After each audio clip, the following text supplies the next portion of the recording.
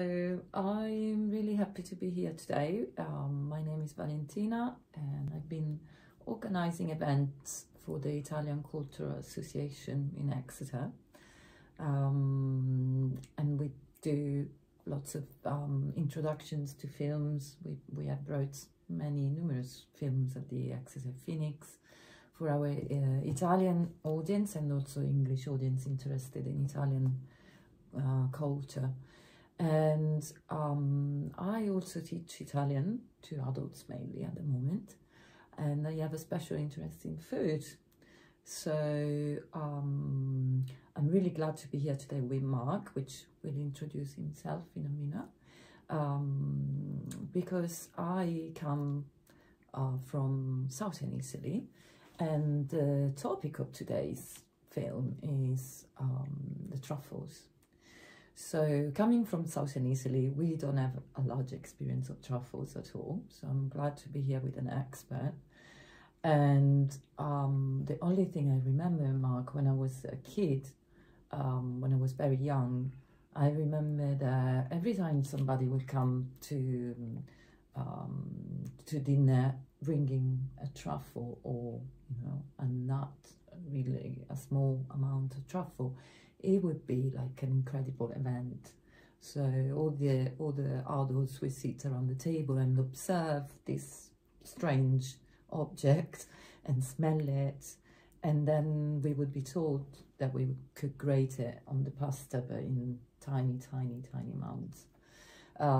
So I have this memory, this vague memory of truffles, but I don't really have an actual experience, while I know that for your work and your knowledge, you know quite a lot. Do you want to tell us a bit about who you are and your relation with truffles? Sure. Well, thank you, Valentina. I'm Mark. I'm a wine, food, and travel writer. I've been a student of Valentina's for decades now, I think. So we've had a lot of opportunities to talk about Italian culture, to enjoy wine and food together.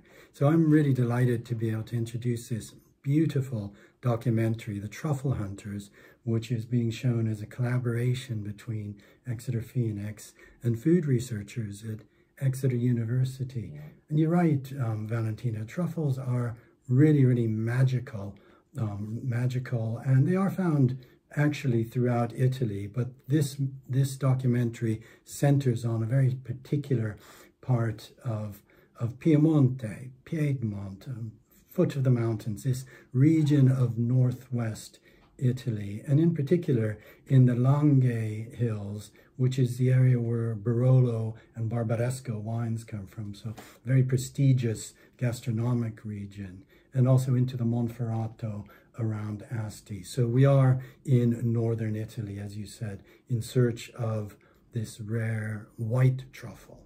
Mm-hmm, absolutely.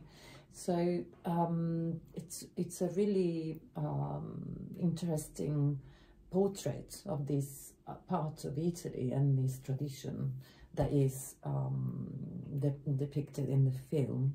And in fact, in the film we can see this kind of a vanishing way of life. There is a mix of the all country folklore and wisdom, and it's also this very strong relationship between the man and the dog. Yeah, it's incredible. I think you're right. There's so many themes. The truffle is the center of what the movie focuses on, but it allows the documentary to really explore the older generation with the younger, as you say, this generations old country wisdom that's in danger of being lost, and this special rapport, this incredible relationship, this fondness, this love between the man and his dog. Yeah, absolutely. And yeah, it's a really interesting point, actually. I might ask you a little bit more about it. But first of all, Mark, what are truffles? Well, truffles are quite simply hypogeious mushrooms. That is, mushrooms that grow underground. So they grow underground spontaneously in symbiotic relation with a tree.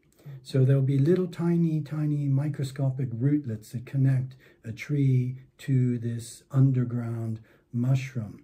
And the fungus will emanate strong aromas. There are many types of truffles, as there are different types of mushrooms. Some are edible, some are not, and some are really aromatic, such as the white truffle, and some are less aromatic. But it's by this strong aroma that truffles are found, because you can't see them from above ground. They are completely hidden underground. Absolutely. What are the trees that normally, is there a tree that is? There are actually a whole range of trees, from oak to hazelnut to willow to birch.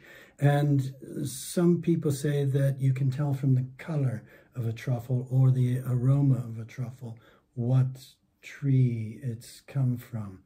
Although others disagree that it's such a mysterious product that is so ephemeral, because this is something that is almost entirely scent, not taste, that we're talking about. So it's very magical somehow. It's magical. It's very expensive too. Very expensive. We are talking about, with the tuber magnatum pico, which is the white truffle of Alba, the tartufo bianco di Alba. The cost last year, I think, with climate change, there have been, in the last few years, drier summers have led to fewer truffles, and the price actually went over 4,000 euros per kilo, which makes the white truffles just about the most expensive food product in the world. Yes, wow. And how are they found? How are truffles found? Well, the process is something quite wonderful that we'll see in the film. When the men, and it is usually men, I know we'll talk about this a bit later, when the men go out with their dogs into these dense, deep woods, and the dogs are just let loose, and the dogs that are trained to identify this strong aroma will find the truffle. The truffle hunter, or perhaps the assistant to the truffle hunter, being the dog, have to quickly go and grab the dog away before the dog will dig up and eat the truffle. They go crazy. They love the truffles. They do, yeah. It's incredible. You were telling me earlier, Mark, that in Alba, which is the city where nearby where the film is set, there is a university for dogs. Yeah, actually, there is a Università per Tartufi, where dogs can be sent to be trained to hunt for truffles. Now, it sounds quite comical, but it's actually very important, because a trained truffle dog becomes very valuable. And again, that's something we see in the film. In the film, yeah, absolutely, yeah. Without the dog, there is no truffle hunting. No, absolutely not. They're very skilled. No, absolutely.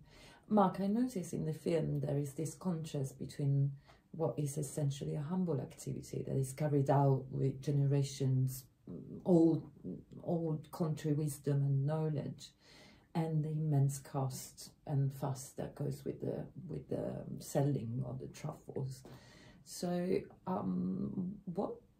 why do you think there is this? Why? Well, of course, we said it's very precious. And how is it the consideration of the people that find the truffles? In the film we see scenes in which the men that sell the truffles, they go and push the hunters to go and hunt because they want the product. So, what is your opinion about this relationship between who goes and finds the truffle and the seller of the truffle? Well, that's a very interesting point that again, this contrast is shown in the film. I think we have to remember as well that Italians are foragers. They love to forage and find foods, wild foods for free, foods that are delicious to eat, whether it's funghi porcini or tartufi or wild greens, or so many wild foods still gathered in Italy, across the country. And there's this wisdom of knowing what's good, what to find. But this big boom, this international interest in white truffles is far more recent, where people will pay extortionate sums of money to sample what is basically a humble product dug out of the ground with the help of dogs. And it is a big contrast that takes that humble product found by simple country folk and elevates it to, you know, astronomically expensive prices. Yeah.